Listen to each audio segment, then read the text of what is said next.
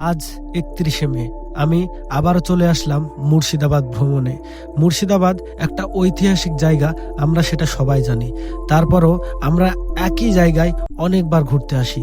তার কারণ একটাই, আমরা নবাবের সেই যে কৌতূহল জিনিসগুলো, সেগুলো আমরা দেখতে খুব পছন্দ করি।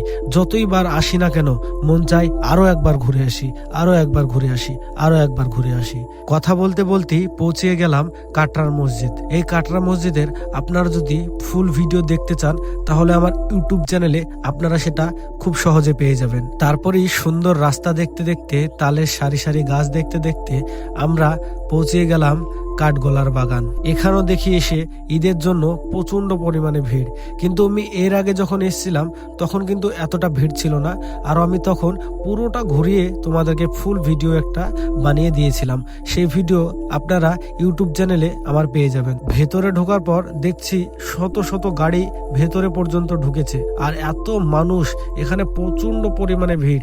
এইরকম ভিড় এর আগে কখনো আমি দেখিনি। এই ভিড়ের মধ্যেই ধাক্কাধাক্কি করতে করতে আমরা পৌঁছে গেলাম টিকিট কাউন্টার পর্যন্ত। এসে দেখি টিকিট কাউন্টারে প্রচন্ড পরিমাণে ভিড়। আমি তো একসময় ভেবেছিলাম আমি ঘুরে হয়তো আবার অন্য জায়গা চলে যাব, কিন্তু না, এসেছি যখন তখন তো ঘুরেই যেতে হবে। তো ভেতরে ঢুকে আমি এখান থেকে একটা সুন্দর একটা সিনেমাটিক শট নিয়ে নিলাম, কারণ এর আগে আমি যখন এসেছিলাম তখন এই শটটা নিয়েছিলাম না। এরপর আমরা পৌঁছে গেলাম হাজারদুয়ারি প্যালেস।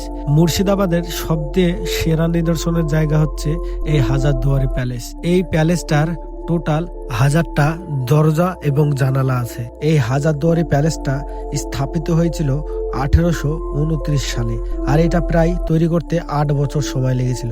সর্বশেষে আমরা চলে আসলাম মতিঝিল পার্ক।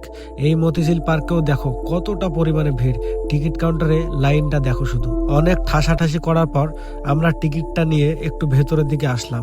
ভেতরটা খুবই সুন্দর, তোমরা যদি আসো তাহলে দেখবে। আর আপনারা যদি মতিঝিলের ফুল ভিডিও দেখতে চান তাহলে আমার ইউটিউব চ্যানেলে আপনারা সেই ভিডিও খুব সহজে পেয়ে যাবেন। আর একটা ট্রাভেল ভিডিও করতে অনেকটা সময় লাগে, নতুন জায়গায় ঘুরতে যেতে হয়, এর জন্য আমার ভিডিও একটু লেটই আসবে, কিন্তু ভিডিও আপনাদের জন্য অবশ্যই আমি খুব ভালোভাবে তৈরি করার চেষ্টা করি।